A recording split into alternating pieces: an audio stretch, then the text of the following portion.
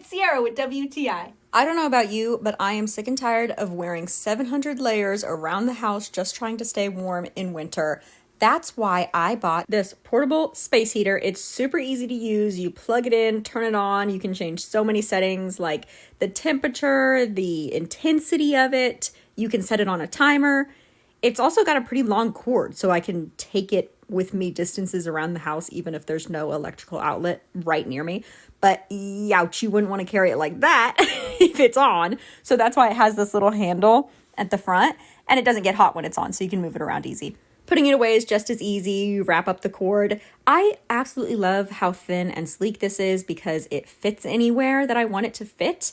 It's my personal radiator, except unlike other radiators, it's portable and doesn't make all kinds of strange noises. That's why I absolutely love it. And wait, looks like I'm not the only one staying nice and toasty this winter. I will no longer be needing 20,000 blankets just to be comfortable. Oh no, here she comes stealing some more heat. And that's my point of view.